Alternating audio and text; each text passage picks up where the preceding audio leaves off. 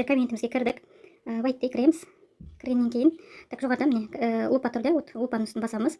Басып мына жерге набор, яғни қазір парашютті салайын деп жатырмыз ғой, да? Так парашютті так іздейміз. Так міне шықты. Үстінен басамыз. Вот ішінде 5 өнім бар. Аламыз да. Добавить корзину дейміз. Басамыз. Так корзинаға салынды бізде. Вот міне корзинаның жоғарыда сурет тұр. Так вот бір үстінен басамыз корзинаның. Оформить заказ дейміз. Так мына жерге атымызды жазамыз.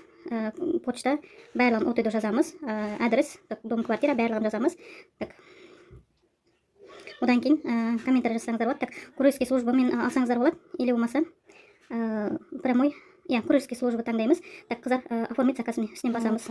Так маған таңда деп тұр. Так таңдап жүрген, курьерский служба, давайте.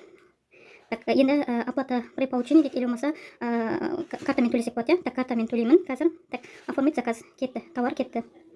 Вот енді мына жерде оплатикті басамыз. Яғни біздер Каспий Голдқа барамыз ғой қыздар. Каспий Голдта оплата в интернете деген болады. Сол жерден доступты ашуымыз керек. Міне барлығын толтырамыз осы жерге. И мына жерге аттағы карточканың артындағы 3 цифр соны жазуымыз керек, қыздар. Соны жазғаннан кейін мына жерде телефонды дұрыстап жүрейік. Болды.